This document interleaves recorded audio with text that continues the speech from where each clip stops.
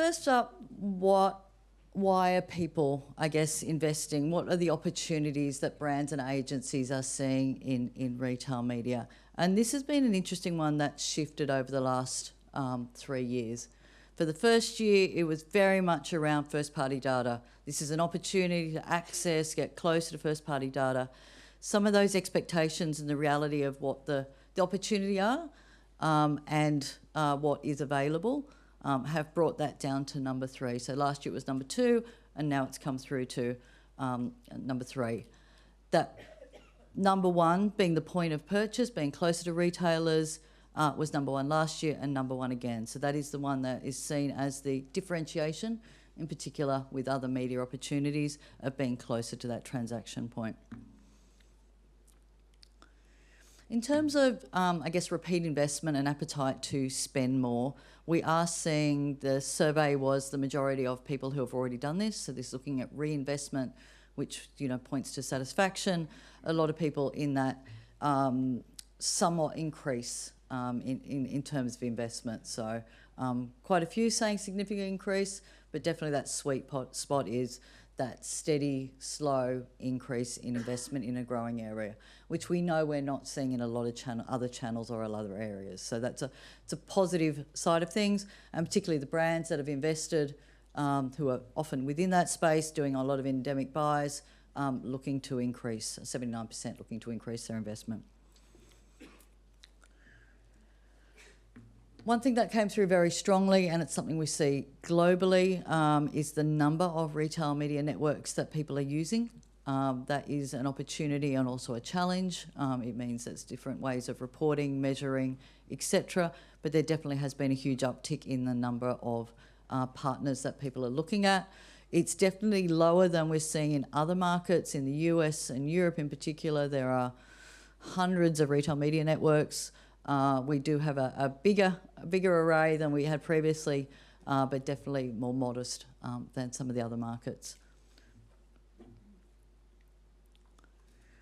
Types of retailers that people are using in their retail media strategy. So supermarkets, not surprising, one of the categories that went very early into this area, a lot of rich first-party data, and set up large media businesses within their organisations. But we're starting to see retail media, and there's constant debate, and those 40 or so heads you saw previously monthly like to debate retail media, commerce media, what's in, what's out, where are the boundaries? And that's starting to change as we're starting to see different companies come into that commerce media space. Chloe spoke about that. We're seeing different types of retailers jump in, different sizes, different shapes. So that is definitely expanding. So we'll see, I guess, people playing with more types of retailers and commerce offerings in the future. But at the moment, that sort of supermarket one, as well as I think the platform that represents multiple retailers is probably just really crap wording from us in a survey, because I imagine probably Amazon is within that, but maybe it was a little bit misleading. But you can see those ones at the top of the tree. This is encouraging, so retail media fitting into the rest of the media mix and the marketing mix, and thinking around it not in isolation. How does it work with other communications, other planning, and we're starting to see that lift, and looking at its contribution along with the above line activity. So that one, I'm really encouraged that there is a more holistic approach to thinking how it works. Again, measurement challenges, which we're about to talk about. So the more that we try to work out what's going across a broader mix of channels, the more challenging, I guess I can't avoid that word, it can be to get the right answers.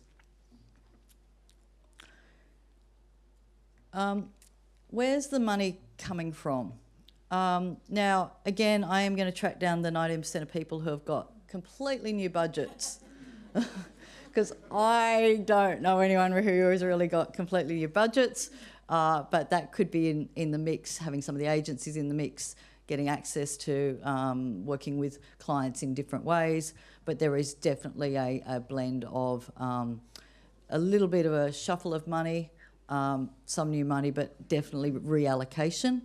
And you can see there's a mix, and it will depend very much on the type of player, where the buying sits, how that's impacted. But there is movement of trade budgets, how that works. Traditional, so non-digital advertising, which, you know, there is still some shuffling into digital in that space, and some's going directly into retail media. And then you can see the array of other players. But it is a mix depending on the existing strategy of the client and the agency.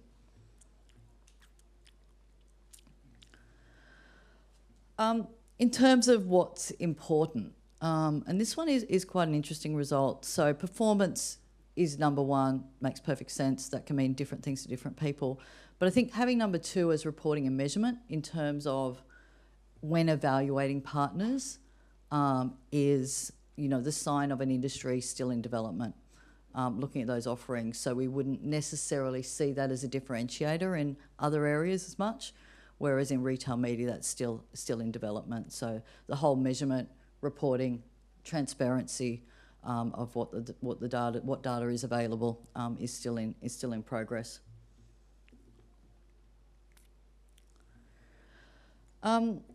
Talking to agencies in terms of, and buyers in terms of where they want to put their money, different products. As with everything digital, there are way too many offerings, but that's great, a great opportunity. But you can see the array there in terms of the increase on last year. That sort of classic on-site search, sponsored listings continues to increase and be the number one offering. And we're starting to see people get more comfortable, play around with that off-site extension piece as well, and using retail data to help expand that reach opportunity. But you can see there's an array of different offerings there.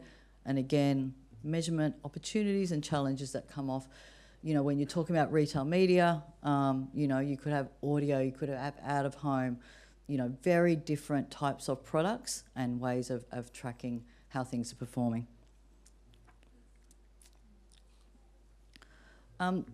So this chart looks at what are the primary objectives. You know, we've seen on that, you know, access to data, closed loop attribution earlier on in the poll result. It's that performance side. It's the bottom of the funnel. So if we compare this to a similar question that we have with video or out of home, where those brand metrics are coming up as the highest area, you're definitely at the lower part of the funnel. Though there is definitely appetite from a range of players in the industry to try and think about the brand impact of retail media in a little bit more, and making sure that's taken into consideration with the offerings in play. Metrics, a range of different things here. So ROAS, which we've had a lot of different opinion pieces on, this can be a problematic metric. But definitely looking at that, you know, what does it do for my, you know, what does it do for spend? Closely followed by probably the hottest topic at the moment, not just in retail media but across the industry. Really looking at that incremental. How do you isolate what this particular investment piece does to the sales, does to the product? So incrementality. We've got a piece that was being developed by the council at the moment, which will be coming out. But these are, you know, a not short list of different ways of thinking about how retail media is being considered internally, sold in with stakeholders. So this is important information for all across the industry.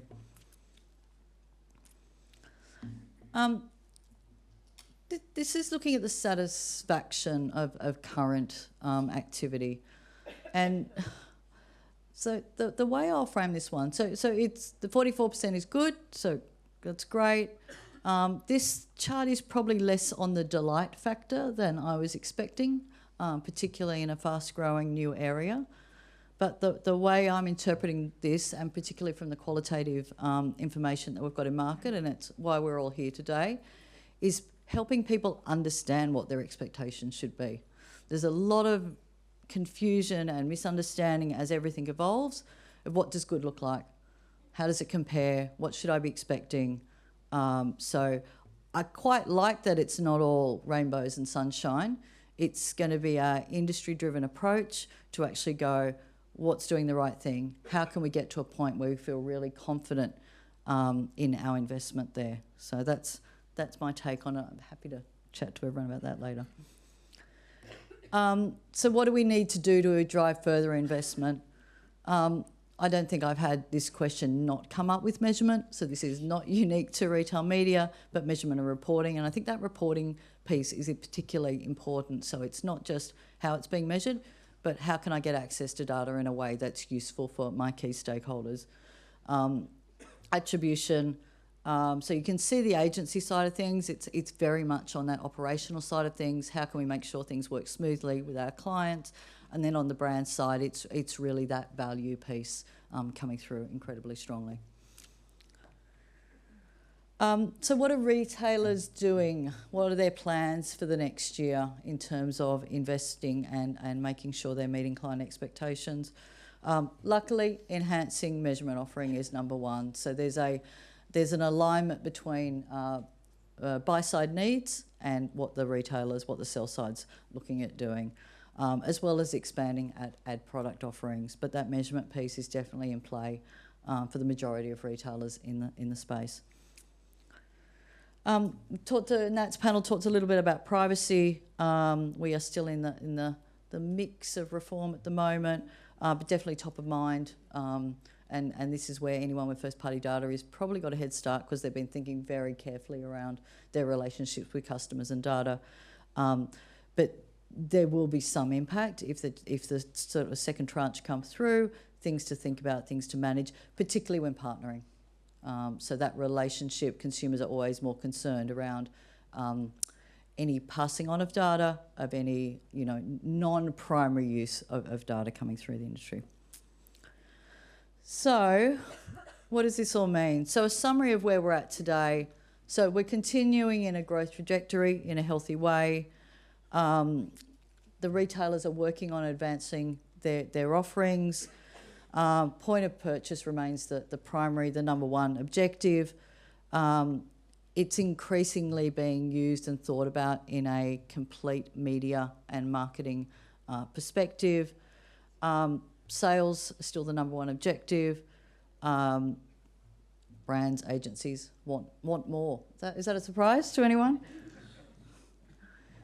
In terms of the role of the industry, and this is sort of pleasing to me. So how the IAB can help, how you can all help. It's the same playbook we've had across the industry. It's not new. It's a new channel, but it's the same requirements. So aligning on measurement, performance and outcomes, looking at standardisation where it makes sense. I think it's that word can be overused because there will be differences across offerings, which is absolutely fabulous. And the industry it's still in development, so things will change. But where it makes transactions easier and understandable, it's required. Transparency as well. Education and harmonisation on language. We have got a whole lot of different stakeholders who are used to speaking different language. If they're on the retail side, the trade retail side, media side, it can be very different language. So making sure that we are managing language which can help for that expectation side of things.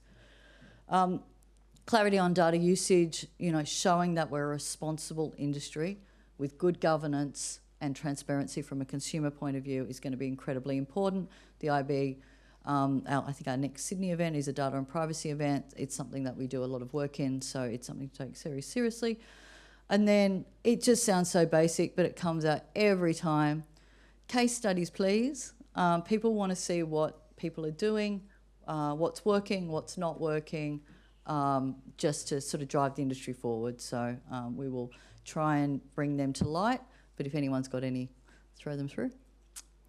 So the whole report is now up online.